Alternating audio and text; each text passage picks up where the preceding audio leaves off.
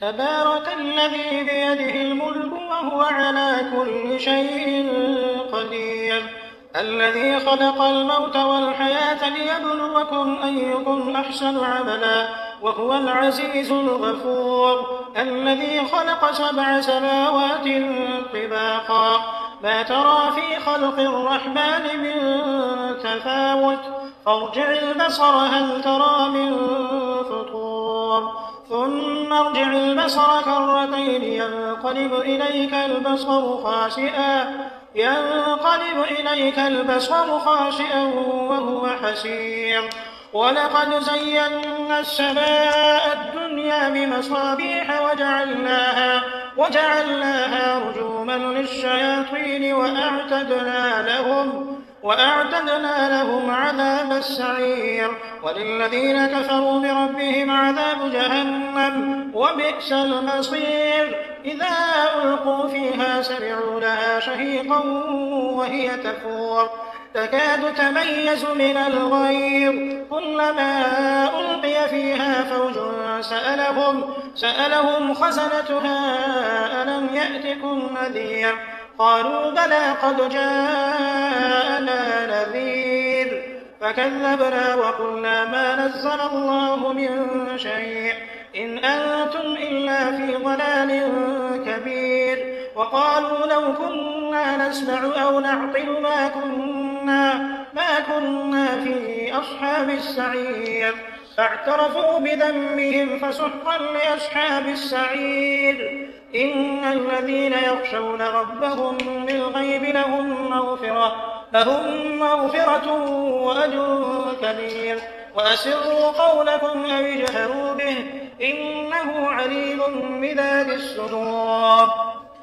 ألا يعلم من خلق وهو اللطيف الخبير هو الذي جعل لكم الأرض ذلولا فامشوا في مناكبها وكلوا من رزقه وإليه النشور أأمنتم من في السماء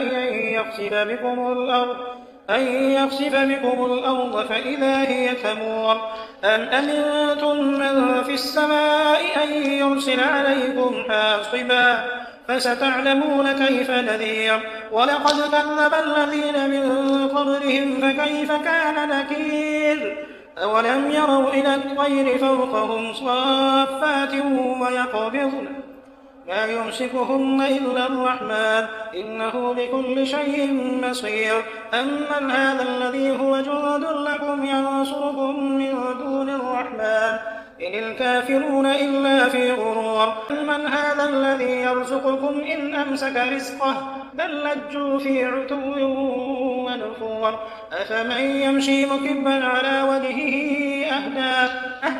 أمن يمشي سويا على صراط مستقيم قل هو الذي أنشأكم وجعل لكم السمع والأبصار والأفئدة قليلا ما تشكرون قل هو الذي ذرأكم في الأرض وإليه تحشرون ويقولون متى هذا الوعد إن كنتم صادقين قل إنما العلم عند الله وإنما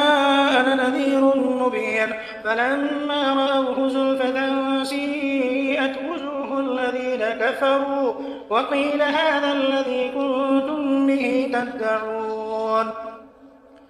قل أرأيتم إن أهلكني الله ومن معي أو رحمنا فمن يجير الكافرين من عذاب أليم قل هو الرحمن آمنا به وعليه توكلنا فستعلمون من هو في ضلال مبين